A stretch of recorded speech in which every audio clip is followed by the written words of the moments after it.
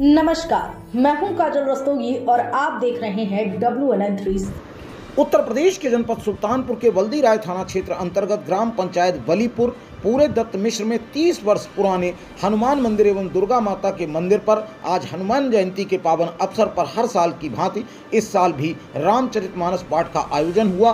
साथ ही भंडारे में दूर दूर से भक्तों ने पहुंचकर प्रसाद ग्रहण किया।